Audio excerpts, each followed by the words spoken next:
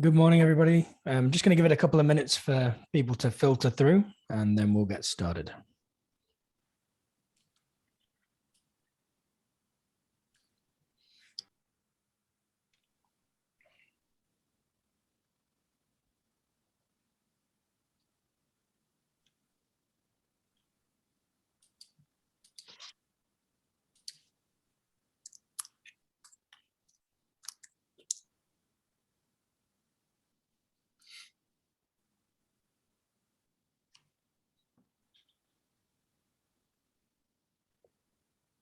Hello to those just joining us. I'm just going to give it another couple of minutes just for some people to join us, and then we'll get cracking on.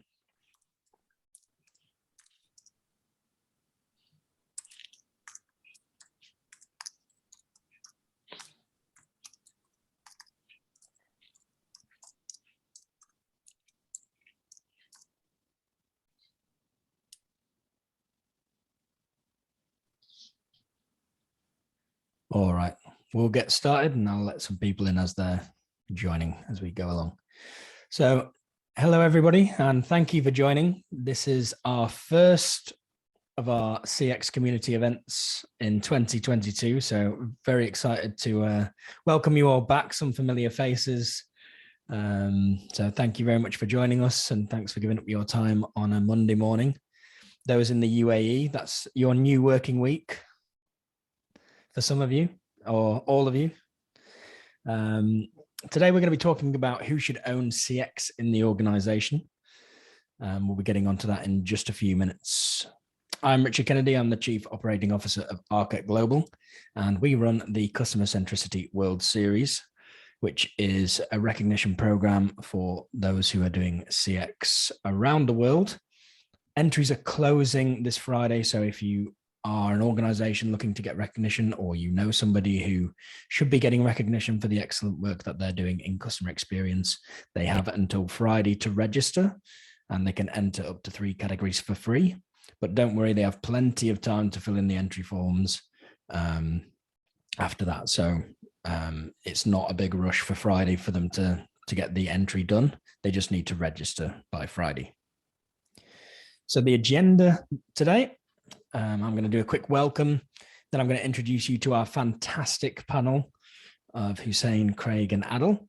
And then they will introduce themselves in a little bit more depth, tell you who they are and what they do. And then we will have our opening statement on who should own CX in the organization. And then the way that these webinars work is it's an open discussion. So this is a forum for you to ask your questions, throw out your own ideas, join in. It's a very relaxed atmosphere here. I'll just be acting as a mediator to make sure that everybody's not talking over each other.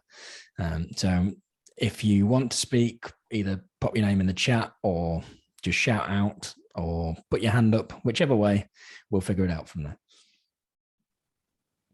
So please keep yourself on mute until then. And yeah, hope you enjoy. Thank you very much for joining us.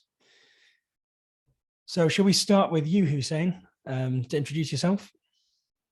Absolutely. Thank you very much, Richard. Hi, everyone. So I'm Hussein Dajani, and I'm the General Manager of Digital and Customer Experience Transformation for Nissan Motor Corporation in Africa, Middle East, India, Turkey, and Oceania. In short, I'm basically responsible for every single touch point, be it on the digital side or physical side, that any existing or potential customer has got with the brand.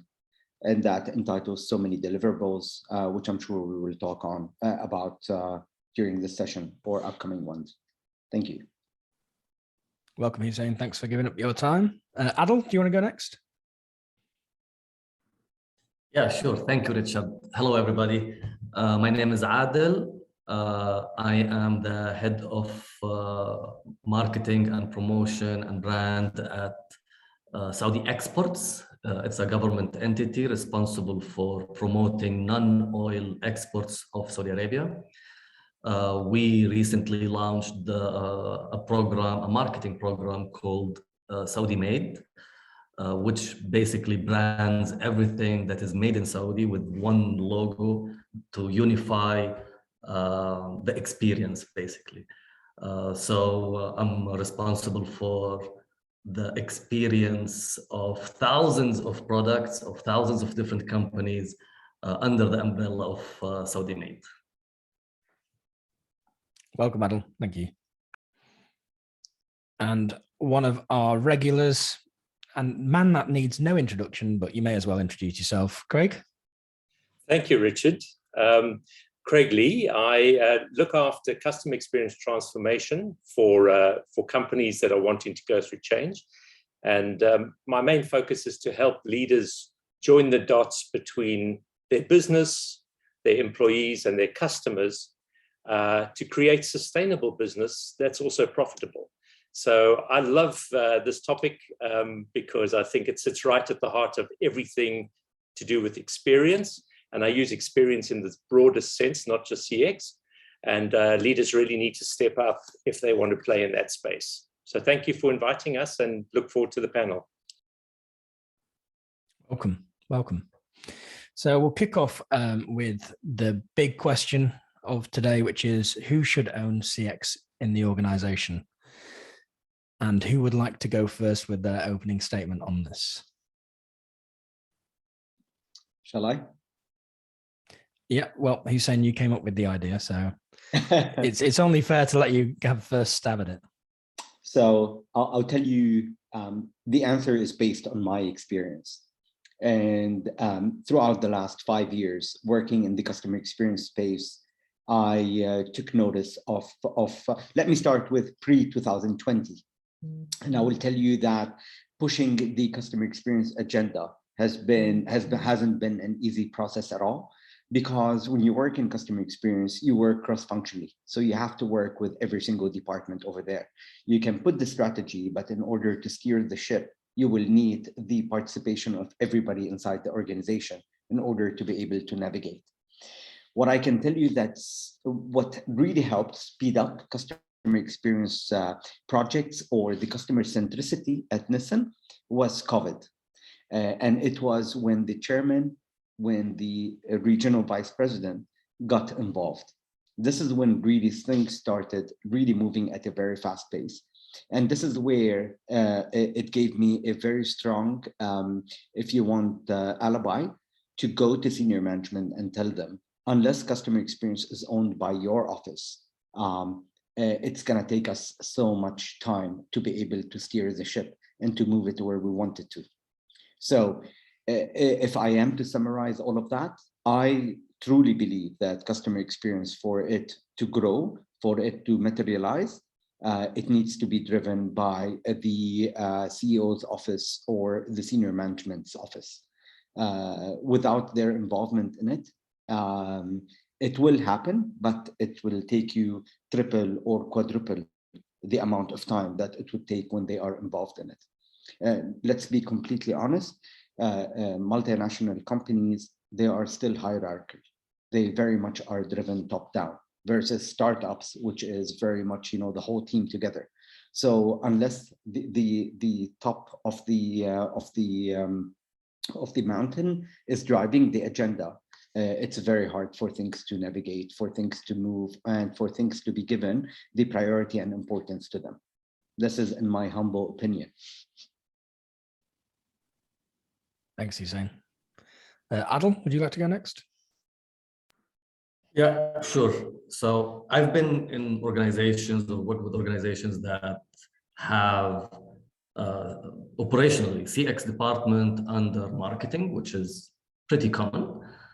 But then I've been also with organizations that have the CX department under the commercial officer, for example, where they also design it. And I've seen organizations that have the CX department under IT. Now, what works, what doesn't work? And now, clearly, if you want to have the best results, I support what Hussein was saying, that the CEO has to be involved firsthand in every step of the way, wherever it goes. But how do you decide as an organization, where should your CX be? Because CX is heavy digital. If you are, for example, a tech company, then maybe IT should have it. If you are a heavy product design company, a heavy commercial company, then maybe the sales should have it. I would say whoever, and then I'm talking about personalities, whoever the person that stands up first, puts their hand up and say, I'm gonna take that file, I'm gonna take that onward and upward with the CX department, especially with new organizations that are trying to, or older organizations that are trying to go through a transformation, then I would give it to that person, the one with more passion. Then it can be under IT, marketing, or sales. I know it's not sustainable to maybe decide that. However, it will start the process, and then maybe by the end of this conversation, we will know where it should be in an organization. We can all settle this question once and for all. I don't think we're ever going to come to a consensus between everybody, but we can try. We can definitely try and hammer it out this morning. It was interesting what you were saying there, Adel, because I've just been having a conversation this morning about creating internal influencers in an organization to create change. And that's sort of what you were touching on there, that it doesn't matter who's owning it as long as they're passionate about CX. And going to push that change forward. So yeah, it was really interesting to hear you echo the words that we've already heard this morning. Richard, I just want to, I'm sorry, I'm jumping back in here, because if we're laying the papers down on the table, openly, let's be completely honest, and let's not be ashamed by naming it. Multinational organizations work in silos, and this is their biggest issue. You see, it's always about which department is going to be taking the credit for the work that's being done.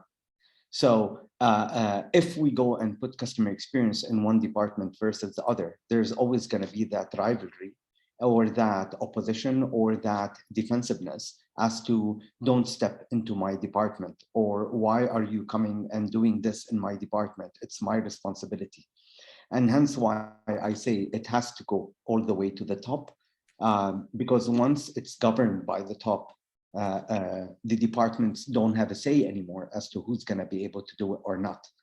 They're going to be having a reporting line all the way to the top, and this will help break the silos. This will help open the unhealthy competition that's happening, and this is from one angle. From the other angle is customer experience is something fairly new in organizations. It started as a department reporting into the marketing function, but then the marketing function, if you read any trends report, they're telling you what is the future of the marketing function. Is it still under marketing, or is it forming into customer experience? So again, there is that big question mark over there as to do we still use marketing, or do we go into experience? Yeah. I have a different view on that, Hussein. I think that companies that are wanting to become customer-centric, in other words, truly deliver to their customers outside in, need to be able to own this globally. And that sits in the C-suite.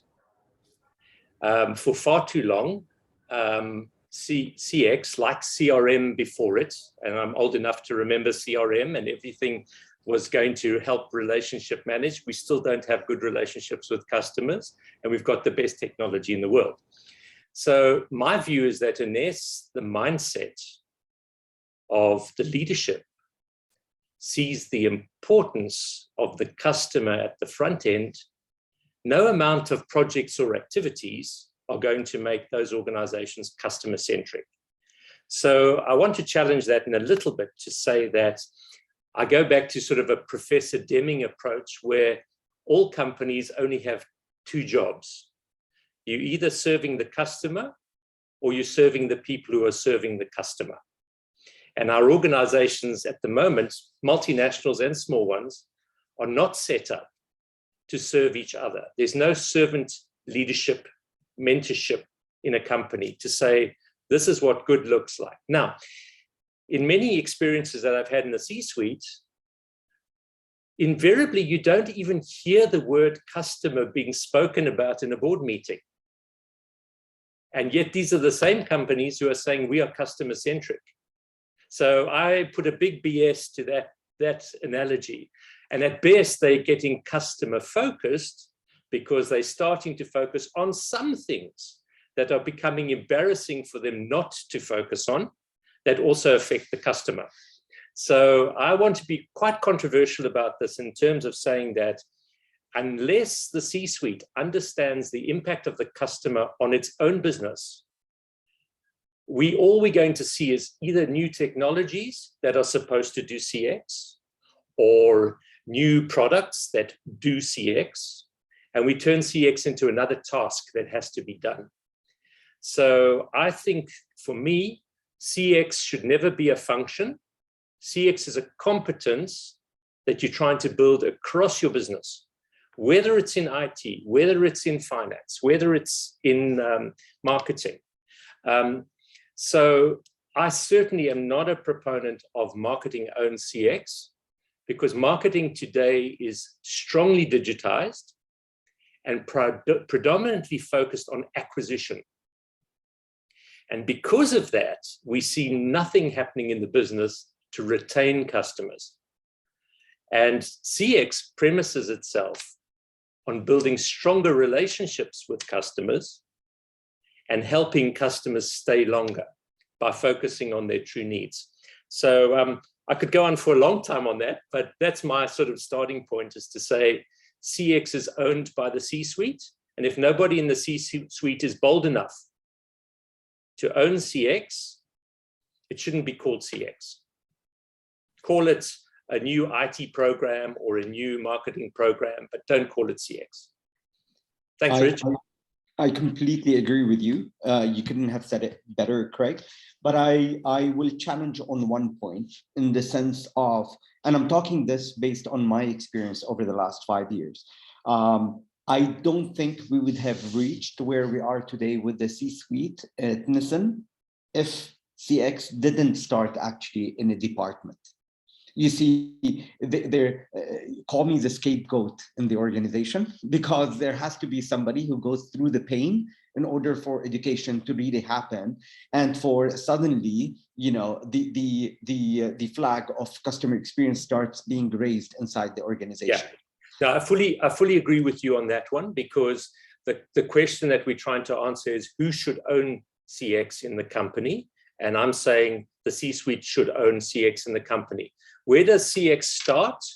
If your CEO is not on side, and there is a passion, to Adel's point, there's a passion for somebody who says, we really need to focus on customers, then it's a huge task to push things uphill, as you know, from your experience in your current position, and my previous experience with Emirates Airlines. It takes a long, long time, if people are not aligned, to start to build those, joining those dots between various people, to start to see what the future could look like. So it's a bit of both in terms of where should it be incubated, what does it start with? And I think it's really important to start with something where you can show people what CX looks like, not tell them what CX should be. So if it's a project, if it's a major program of work, then that's the right way to go.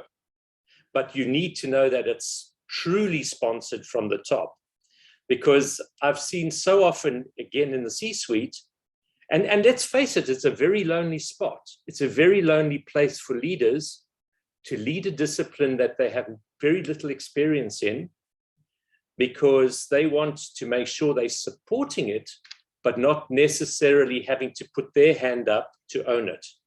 Show me that it's going to work, help me get it to work, then I'll own it a little bit more. So we fully understand that component. As you know, when the C-suite owns it, magic happens.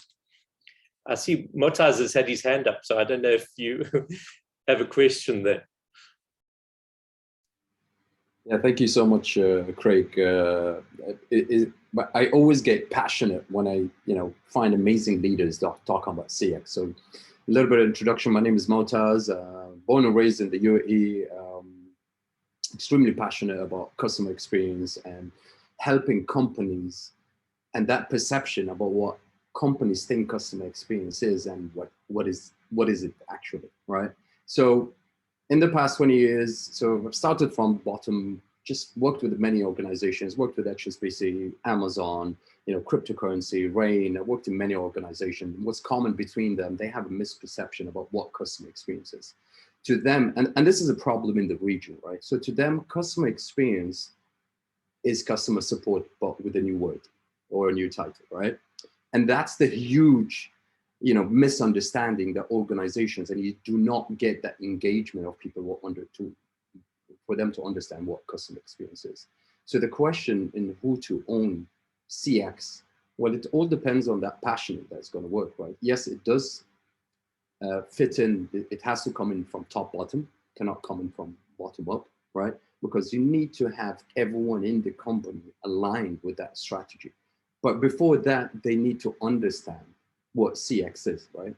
So CX, many people have different perceptions about what CX or understanding. Some people say, okay, CX is the perception of what customers think about the service or brand, right? What I learned is CX is actually an experience within an experience. So it's not only the total perception about the service and product, but also the interaction. And customer support is the last branch that actually supports the whole customer experience journeys that you have. So I just wanted to add, who is it? Is it marketing? Is it IT? On my personal opinion, it's everyone, right? But there should be a gatekeeper that understands how to gather all that data and understand the feelings, what customers would want. Because at the end of the day, all companies, they have a problem. They know how to fix it. They're introducing the problem or product or service, and they just want to understand. And they look at things that this is what I think the customer experience is. But it's not that, right? We need to understand what customers actually feel and want and know about your brand itself. And it's not one department again. And I highly, whatever position or company I work with, it's everyone involved in it. And something that is extremely linked to CX is EX, right? So I'm a big fan of, pamper your employees will pamper your customers. But you need to have a foundation of the proper tools, the proper data available, the proper skill set, and people to live and feel about what customer experience is, and not the other way around. So normally, 10 years ago, it was, there's nothing called customer experience. It was just the customer support left on a side and the company on, the other side of the world, just doing what they think is right. But now companies are evolving, and we as leaders need to deliver that message and explain, number one, what CX is and the value that CX brings within that company. Thank you so much, guys. I have to resonate a lot with what Mata said, because since 2020, and I would say 60 to 70% of organizations' employees are working from home. You see, what keeps an organization together is the culture within that organization. If you don't have a proper employee experience in place, the culture in the organization will get to fade out bit by bit, and they kind of lose track of the purpose of what they're trying to achieve out there. I think employee experience is extremely important, and I'll be very honest with you. I can maybe count on one hand the organizations which have a set EX in place. I've spoken to so many people. EX does not exist in their organizations, and that's a very scary thing. So again, what's happening is we're seeing things evolving at a very fast pace, be that from the digital world, be that from the customer experience world, be that from the employee experience world. Things are moving very fast. And I think organizations haven't taken a step back to really reevaluate what's happening inside their organization and in the marketplace and in their country, in order to be able to reevaluate how they would be future ready. So if we want to talk about who owns the customer experience, we need to start back and putting what are the criteria that leads you into who owns the customer experience. Because at the end of the day, organizations are not NGOs.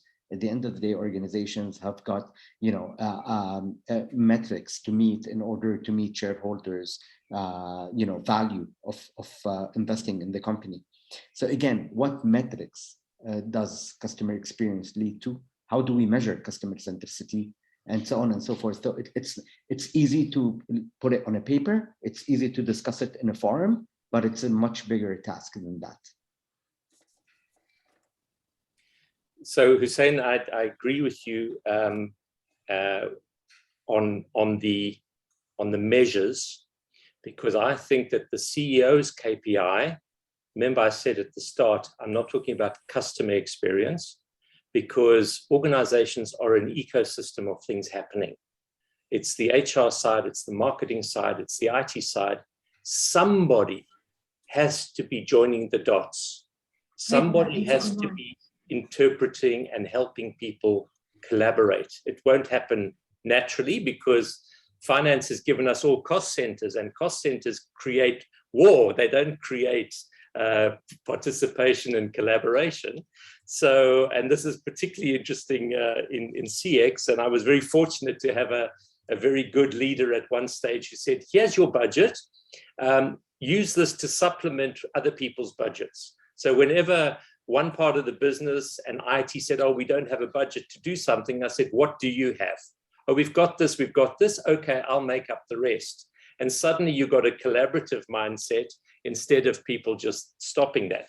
But I want to come back to the sort of a proposal is to put on as a CEO's KPI, the fact that they should be KPI'd on return on experience. Not the ROI of customer experience, but the return on experience. How well are their leaders leading the experience? How well are their employees delivering the experience? And how well are their customers seeing and rating the experience that's been delivered? And if, to Motaz's point, if we were then able to collate all the data that's coming from social media, that's coming from feedback, that's coming from employee feedback, that will all go back into a virtuous cycle to reinform the strategy of the organization, reinform what leaders need to do slightly differently, to tweak things, to get employees to deliver with a little bit more engagement with them. And then finally, to the point that great customer experience can really only be delivered through great employee experience. So I think, again, it comes back to how are we measuring the total experience, and is that even a KPI for the CEO or the company? And at this stage, not. But to Adel's earlier point, when you say marketing could own a CX, or depending on the type of company, or IT could own CX depending on the type of company. And I think Gene Bliss talks a lot about that in terms of power bases. What's the language of your company? If it's sales, then it's probably going to be sales-led. But the point I'm trying to make here is that for it all to work, the ownership may not necessarily be that. So what you're starting to see in really large organizations is you're starting to see the emergence of a role for chief customer officer that has IT reporting to it, has marketing reporting to it, and has ops reporting to it. So it's an Uber role. And that's the challenge for CX practitioners around the table. One is, how are you going to keep CX alive by really defining what CX is and what it isn't? And then how are you going to be able to convert that into a meaningful Uber role that has a place at the boardroom table where all those other elements can be brought together. Thanks, Greg. Farhan, would you like to go next? Yeah, hello everyone. Good morning from Dubai. A very interesting discussion. Good to hear some of my good friends, Craig, Motaz, Hussein. Lovely to see all of you. A lot of other great faces. I'm quite intrigued with this discussion, as it's been quite a few years now that we're having this discussion. Who owns it? Who owns CX? And I think if we have not come to this conclusion even now, it scares me that organizations are still debating this concept that who owns it. So forget about how to implement and how to reach your results when you don't even know who's gonna own this. And I think it's a very interesting discussion, and all these points are quite valid. Yes, everybody owns it, but somebody needs to be a gatekeeper unless and until somebody's responsible. Just like you have a head of marketing. I mean, marketing is, you have a head of sales, you have a head of finance. You have to have somebody to own it so that that person brings everybody together. And it's not an easy job. Being in that role, Hussein, all of you and Craig, I mean, I've run it from some of the largest banks here as well. It's a very difficult task. When something goes right, everybody owns it. When something goes wrong in customer experience, nobody owns it. And then it's the finger goes to the head of the customer experience or that CX head and says, oh, he's responsible because customer is not happy. But when everybody starts winning awards, then everybody wants an ownership on this. So it's a very interesting discussion. But another discussion that has been part of this particular one, which is also where does it sit? Who should own customer experience and who should customer experience head be reporting to? Should it be under marketing? Should it be under? So my opinion to that would be, and I was always been a very big advocate, it should be an independent. I was very privileged when I was working for Citibank. I used to report directly to the CEO. Because tomorrow you're going to publish numbers, you're going to publish indicators, KPIs, related to every unit. And if you're sitting under any particular unit, there is a chance of a bias. You're going to work with external agencies, you're going to work with internal stakeholders. You have to be an independent. I wouldn't use the word we are auditors, we are not, but we are the voice of the customer, and voice of the customer needs to be independent. And see. So this is a very interesting discussion. Just wanted to put some points across. Thanks, Ram. Akram, you sent a message through earlier. I don't know whether you wanted to come off mute and voice your thoughts. If not, then I'm happy to read it out for you. Okay, hello everyone. I was just leaving it up for you, Mr. Arranger, to sort of decide. Am I heard? Yep, we can hear you. Thank you very much. I just wanted to agree with everyone because every one of you seems to have actually tackled one or the other aspect of CX. I've been for over 40 years in the customer engagement flurry of activities, from market research to CRM to CX to everything else. I've always found out that, as Craig mentioned, that there is somewhere resistance at some point, at some place in the organization. There's first a resistance to change from an existing order to a new order. And the sad thing is that nowadays corporations have got so much on their plate, ranging from transforming themselves into a proper CX-minded or CX organized corporation to looking at sustainability, equality, gender equality at work, and all these newer and more contemporary obligations that corporations are expected to abide by, that it is quite difficult to really address all the CX requirements. I'll summarize my thoughts. Initially, there must be like a CX function or process or program established within a corporation. It must have buy-in from the top authority, usually a CEO or an MD. Now, the MD or the CEO, the top leader, has also to assign clear functions about who works on strategy, who works on implementation, who works on reading feedback. Craig mentioned that there is an essential KPI to be built in right from the beginning. We don't only measure what the experience our customers have, we also measure how good have we been at towing the line of the experience model, at the new experience model, at actually returning on the experience effort or investment that has been there. So many things to be done. But all that boils down to proper planning. I'm sorry, there's a simple homework to be done. Plan, organize, program, put the right people in the right place, and move on from there. And as Craig mentioned, always measure, so that whoever is the leader of this program always gets back some sort of intellectual reward or feedback, that is it working? Is it delivering?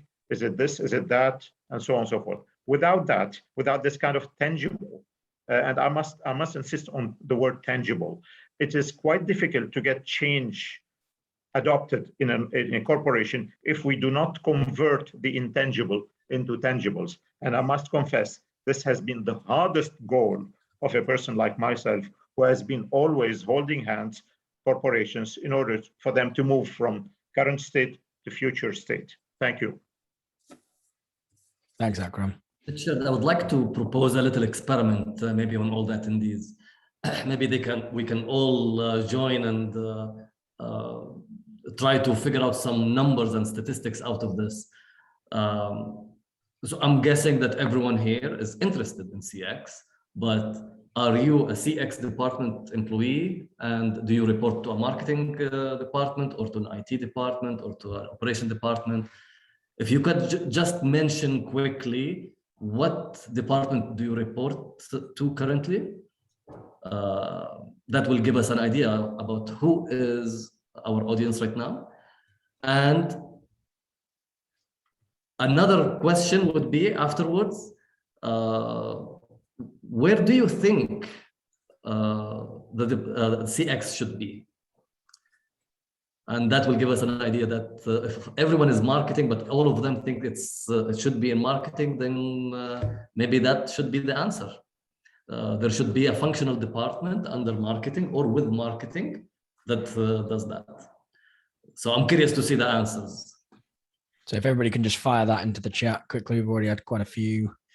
We've got Hussein says marketing, Christy sales and marketing, Motaz to CEO or founders, Linda says marketing, Rasha CX department, Shveta says head of division and report to company founder, Asnan Tower customer service department, Tian CX department reporting to operations, Craig says the CEO, Bala, nice to see you, CX reporting into marketing, Naima, CEO and the board, Dunia, operations, Utpal, CX is headed by sales and IT and reported to the CEO. Syed says shared services. Diana says CX reports to CEO. Farhan says CEO/board. Christy operations. Lamek says sales. And Clinton says CEO.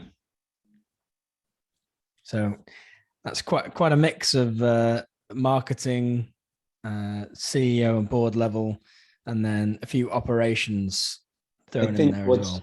I think what was missing from that question is something very important. Is it a multinational organization or is it a local/regional? That kind of plays a very big role in it, to be very, very honest with you.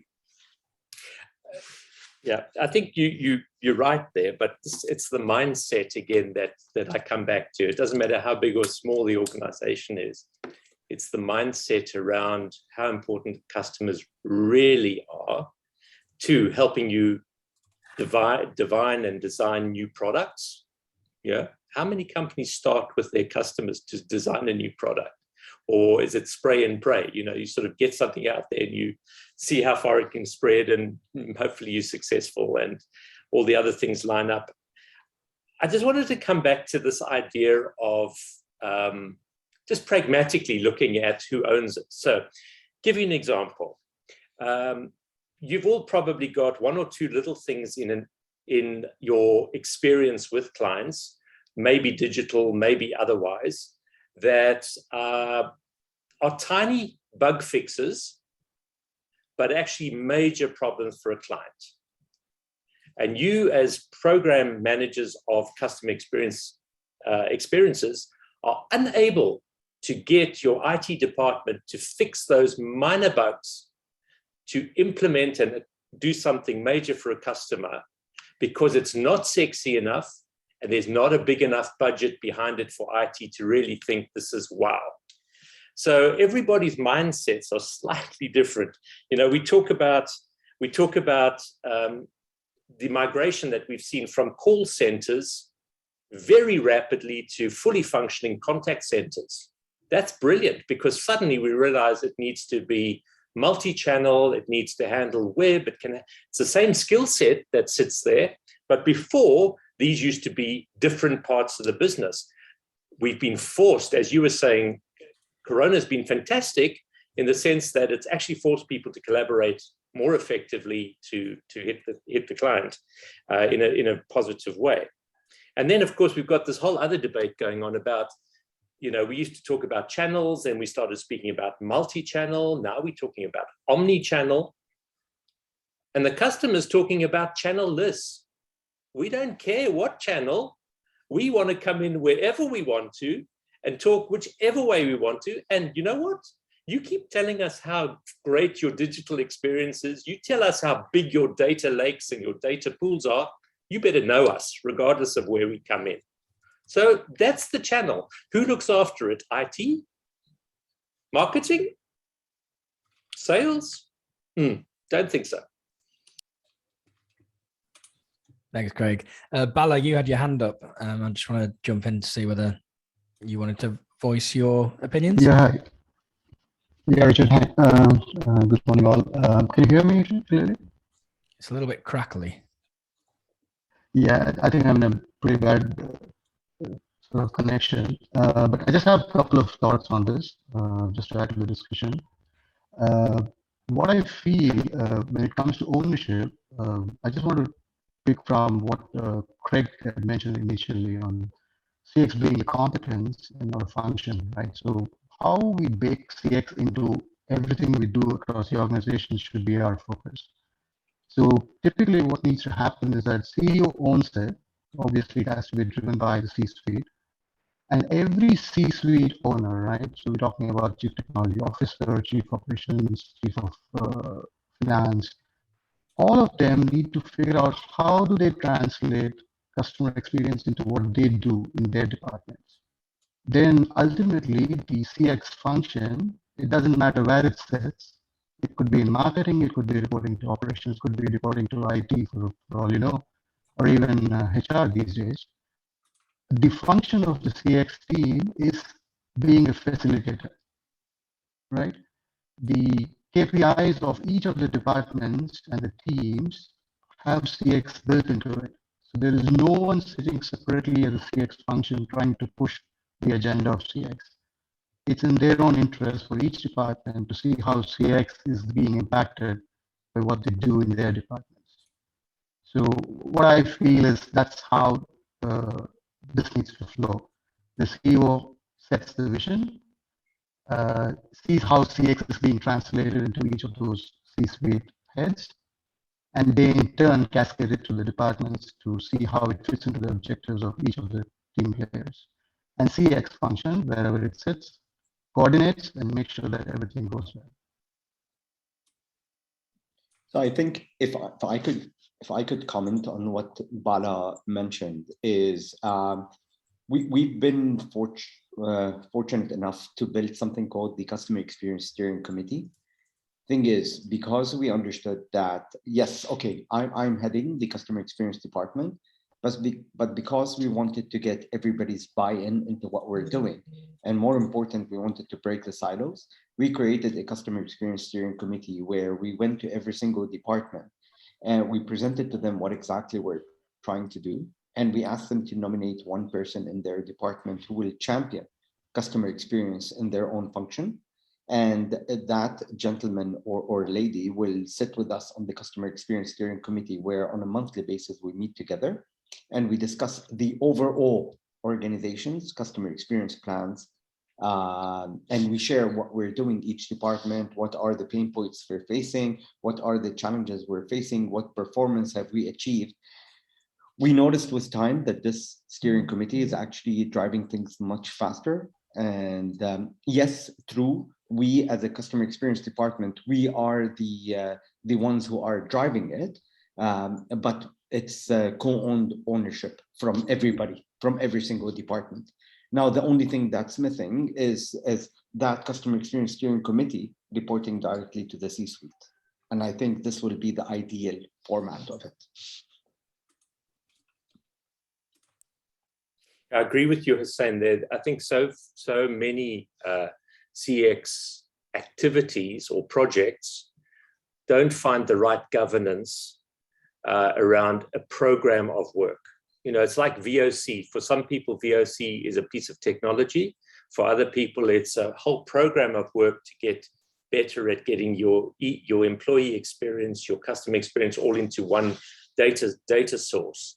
So it's the same sort of thing. If you can achieve, to Farhan's point, if you can achieve C-suite sponsorship with the CEO owning the program, a really strong program manager who could be what we call today the CX department, that is coordinating and putting the governance in place for everybody else to play, then there's the C-suite visibility together with really good program governance that's constantly tweaking and pushing things forward. Some things go into the back burner, but it gives the flexibility that all the elements related to CX are moving forward slowly in a sort of in a growing way, as opposed to some things just stopping and then disappearing, and then nobody believes that CX helps. So I want to throw an idea and maybe a question. I've been suffering through it for a few years. We do have committees in some of the organizations I work with, and those committees from various department members, they meet weekly or monthly, and they bring a report. But usually the main focus of these committees is customer service and customer care problems and issues and open tickets and what has been updated, or long-term project overviews and track. But when that happens in an organization, it becomes systematic, it becomes organized. Then they are on top of each problem. Then if a ticket is open and then the issue is an IT issue or a manpower issue, or then it's tracked and solved, that's fine.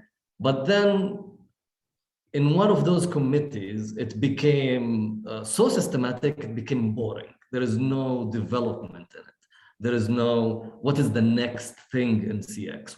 How can we improve further? Is it a retail improvement? Is it an IT adoption? Is it a new technology?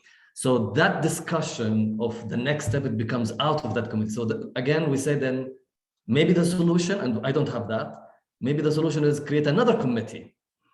So is that feasible? And now asking also the chairs in the webinar, who else should be, how many committees should there be? I understand the relevance of or the importance of having a committee that oversees and tracks everything that is going on different levels. But again, in my personal opinion, and maybe I am biased because of my marketing background, I think that marketing being, personally, I believe, the most innovative department usually, they should also lead a CX innovation and CX forward thinking. Motaz, do you want to jump in there? Yes, thank you. 100% agree with Hussein, and I also agree with Adel, right? So mainly many organizations, they find the CX initiative, they go crazy. First couple of months, amazing. Everyone is excited about it. But then by time it dies off, right? It becomes like what Adel said, systematic, right? People get boring. And that's what customer experience is. So whoever is the gatekeeper needs to always keep it engaged and exciting. And how is that done? So if you ask me, how do I do it? I always involve all departments, and I have continuous collaboration sessions with them. Again, when the expert comes in, or when a passionate CX, or when a company is so passionate about a CX, it needs a gatekeeper to get the DNA, CX DNA in each and every one of them, right? So if you have the employee experience top of the notch, if you have a clear CX strategy, that involves everyone, right? So one thing that Farhan said is everyone thinks that CX is the auditor, right? And here comes what I always say, it's not what you say, but how do you deliver that message to other colleagues and other leaders and head of functions and CEOs for them to collaborate together and make sure that's a company-wide initiative and not just a department, a CX department. So for me, I always believe CX is an isolated department that should report directly to the CEO and founder, full stop, right? And the reason for that is not because, you know, you wanna be the top man and you wanna, you know, steer code everyone and tell everyone what to do and what not to do. No, because it shouldn't be, if I'm in marketing, for example, I know a lot of people do not like what I'm saying, and I lead with the CX, I'm going to think indirectly, right? Subconsciously from a marketing perspective, right? Same thing with IT. When it goes to IT, they're going to look at it from an IT perspective. They're still going to roll out, you know, best practices that is very common to every department, but they're still going to look at it from an IT perspective. So CX should be an isolated department that is actually a friend of every other department, because the other departments would learn a lot from the information that is coming up from CX and not the other way around. So you're not telling them what needs to be done, but you're actually getting their buying and showing them the fruits of working together on a proper CX strategy and what are the value and the interest that you're going to get afterwards from understanding the customer, from probably, it could lead to even, you know, changing the product or service or enhancing it, right? And this is what CX should be. It's not a function that it should be on a side that, you know, like a task, okay, check. It should be part of the company's vision. It should be a part of the OKRs, and you have continuous OKRs, continuous collaboration sessions, getting, again, what Hussein said, you know, stakeholders in each and every department, but not just stakeholders for the sake, I want you to be that. No, that person needs to have the passion and share the vision that the company has and the gatekeeper, again, I'm stressing on, has on that CX initiative. And always before that is every department should understand what is CX in the first place. I really had to jump here and comment on what Mu'taz said. During the Formula One in Abu Dhabi, I went and stayed in the Ritz-Carlton in hotel in Abu Dhabi in Yas. I'll tell you one thing. I don't know if any of you have ever been to Disneyland, but this is what this hotel made me feel. From the second I walked in till the minute I came back home, I had this inner, not peace, but inner joy inside of me, like a little kid discovering a new place. And the reason for that is what Mu'taz was saying. It was the feel that every single employee in that hotel gave me. It's something that you can't put your finger on. It wasn't about a solution. It was the overall experience. And this is where, if that does not exist in an organization, no matter what you do, you cannot deliver on customer. This is what customer experience is really about. It's about the tangible and intangible feelings. It's about really how you get out with a memorable, enjoyable experience out of spending time over there.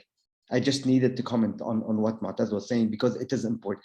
And it's not about, it's in the hands of a manager or a director or a CEO. It starts from all layers from the organization. So unless everybody is very much aware of what the purpose is or what the customer experience mission is, it's very hard to deliver it, really. Because at the end of the day, a customer's touch point, and this is something very important. People, when they think of customer experience, they immediately think just digital. Digital is just one part of it. There is the digital and there is the physical. So they get to forget that at the end of the day, I call it human to human experience. I try to break the word customer because we tend to forget that there's a human behind that customer. So at the end of the day, it's a human to human experience. And it all starts from the first touch point, be it digital or be it physical. This is very insightful. This is very insightful, Hussein. My name is Ziad. I just wanted to comment on this. That proves nobody owns the experience itself. So just to define the terms, when we talk about the ownership, we need to differentiate between owning the experience or owning the CX function and whoever is providing that functional element of CX in terms of having a department for the customer experience. I agree with you, Hussein.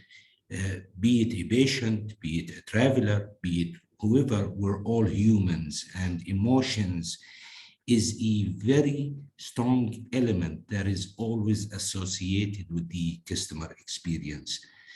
Now, customer experience leaders need to demonstrate that soft power because they have to deal with all of those stakeholders, and they don't have the authority to do that.